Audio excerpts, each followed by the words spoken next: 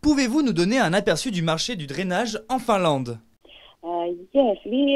En Finlande, nous avons un grand besoin pour le drainage. En fait, 85% des terres agricoles doivent être drainées, ce qui représente environ 10 000 hectares, et 60% de la superficie totale des champs agricoles possède un système de drainage souterrain, dont une grande partie a été effectuée entre 1960 et 1990. En Finlande, on a également une trentaine de planificateurs spéciaux qui sont chargés des plans de drainage souterrain, et environ 20 entrepreneurs spécialistes en drainage sont actifs.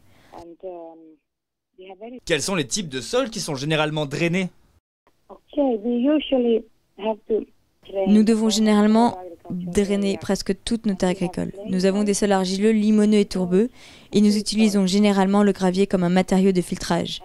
Mais à l'avenir, nous devons déterminer un autre type de matériau que nous pourrions utiliser qu'un matériau de géofiltre spécial, car le gravier est très coûteux dans certaines régions. Quelles sont les formalités pour un drainage ? Oui, tout à fait. Vous pouvez drainer vos terres sans formalité spécifique, mais si le champ est situé dans une zone d'eau souterraine importante ou sur un sol de sulfate acide, vous devez le signaler aux autorités et elles pourront alors vous imposer certaines restrictions. Pourquoi existe-t-il une fondation de drainage en Finlande ? Nous avons créé une fondation car le drainage est inévitable en Finlande en raison de nos conditions climatiques et de nos sols imperméables. Notre fondation a été créée en 1984 pour développer le drainage de champs en Finlande.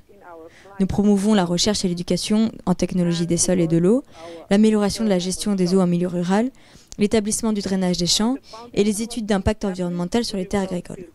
En 1917, l'association de drainage a fait don des fonds provenant de la cotisation de ses membres à la fondation, fonds qui aujourd'hui ont pu largement être multipliés.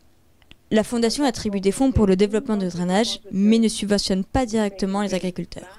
Par contre, l'État oui, parce que les fermes sont relativement de petite taille, ce qui entraîne des surcoûts d'investissement liés au drainage. Aujourd'hui, les subventions agricoles représentent entre 35 et 40% du coût d'investissement.